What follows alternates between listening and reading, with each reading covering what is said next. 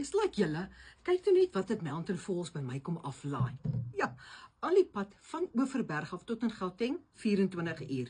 Lekker vinnige koerierdiens. Dit is die Mountain Falls water, hier is die stil een, Chopstil, en hierdie is die sparkling en ook bekend as die champagne van water, want hy vonkel 'n bietjie. Nou wat nog beter is van hulle, sien jy daai stickertjie? Hulle is nou plastiek neutral, want hulle samel evenveel plastiek in as wat hulle gebruik. Hulle breek nou gelyk. Wonderlik. En die kwaliteit is natuurlik, dit kom uit die klein rivier bergreeks in die Oeverberg, so dit kom van 'n natuurlike bron af wat lekker hoog is in minerale. Maar kyk hierdie ouetjie. Hier is die aquabox, 20 liter. Kan julle dit nou glo?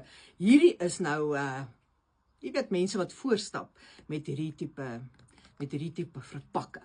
Ja, so hierdie ouetjie het 20 liter water in. Hy kom ook in 'n 15 liter, dan is hy net so groot en bonkig.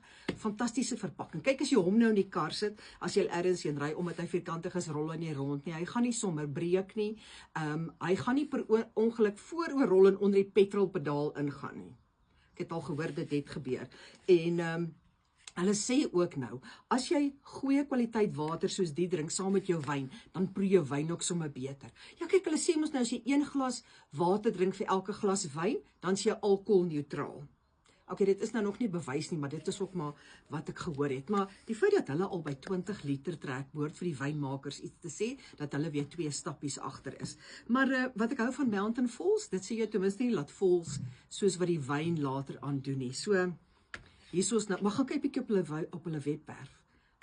Ongelooflike verpakking. Hulle het ook 'n aquacooler wat met watersakke werk in plaas van daai containers wat dan nou nog so duurder is. So gaan kyk gerus daar, kan julle verseker, ek is nou gewater op vir die volgende rugby game. Gegroet dan van Matie.